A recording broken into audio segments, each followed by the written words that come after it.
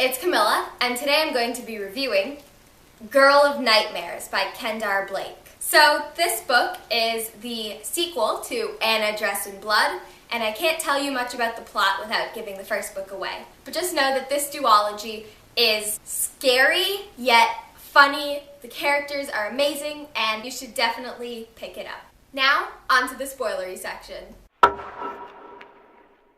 So this book got a 4 out of 5 stars. I thought Anna Dressed in Blood was slightly better. I don't know how to feel about this book, mostly because of the ending, but I'm going to make this as coherent as I can. I loved the beginning when Anna would appear to Cass and we weren't sure exactly what was going on.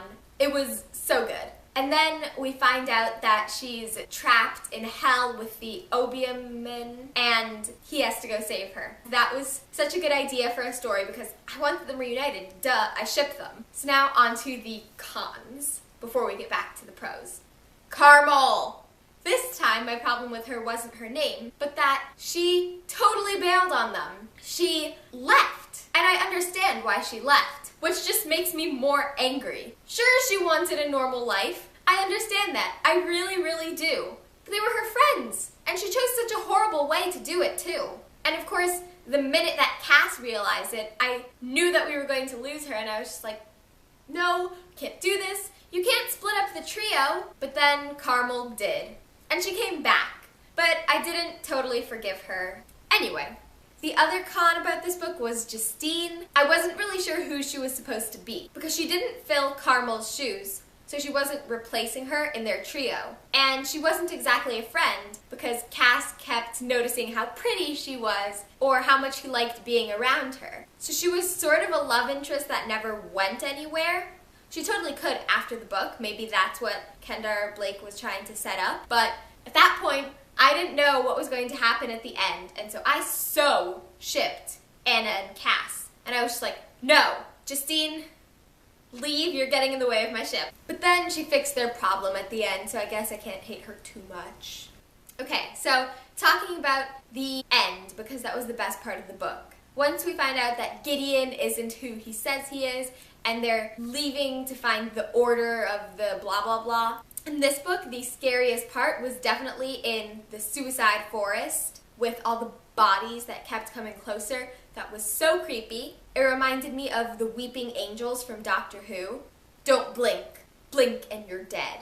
But with corpses, which is so much creepier. That moment when they were running through the woods in like their circle formation and they couldn't see the corpses because there were so many coming and I thought someone was gonna die. That was the most intense scene of the book, except perhaps the very last scene. And then once they get there, they find out Cass has to be dying to get into hell and get Anna. And I was expecting something like that, so that wasn't too big of a shock. But that moment when he chose Thomas to be his anchor to drag him back to life, that was so perfect. Everyone thought he was gonna choose Gideon. I was like, he's either gonna choose Gideon or Thomas, but I don't know. Then he chose Thomas, and I was just so happy. And then he goes to find Anna, and he finds her, and that moment was horrible because you see what she's been going through in hell. And then there's the final fight where Cass, Anna, and Justine are fighting the Obeahman, and they can't kill him, and Justine almost dies, and she goes back, and it's just him and Anna left, and she's fighting to protect him even though she's hurt. Then there was that last moment where he stood up and finally realized how he could kill the Obeahman, and he chops all the souls away, and he didn't get to see his father, which I was really hoping would happen, but I guess that's kind of fitting with the way the story went. He was always meant to be a kind of presence, but not actually in it. I really wanted Cass to see his dad again. And then there was the scene that broke my heart, when the Obeahman was gone, and the hell started turning into Anna's heaven. And Cass notices and he tells her not to turn around because they're about to leave. They're about to get out of there and he's going to bring her back to the real world so they can be together. And then the fake Cass from the heaven calls her and she turns around and she forgets that her Cass is standing there until he calls her back. Then he's faced with the horrible, horrible choice. Does he bring her back to his world where she'll still be a ghost and she'll be not miserable, but she'll always be sad because she'll remember what happened to her and she'll never be living? Or he can leave her in her heaven with the fake cast and her house, and she'll forget what happened to her and be happy, but he won't have her. And even though it's horrible and selfish, I was hoping he'd bring her back with him, and somehow they'd find a way to bring her back to life, maybe. But, of course, that's never been an option in this book series, and they couldn't just introduce that at the last minute. He makes the horrible, noble choice, and he lets her go. He lets her go, even though this duology was all about this girl and their love, and he lets Anna go. I couldn't believe it. I was so upset by that ending. I'm not totally over it yet.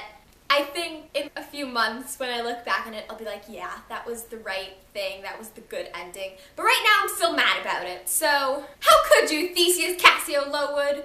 So, that is going to be it for this book review. Tell me what you thought of this book. Tell me what you thought of the characters and how Carmel was acting and the plot and the hell, the way it was described. What did you think was the freakiest part? Did the Suicide Woods freak you out? Let me know.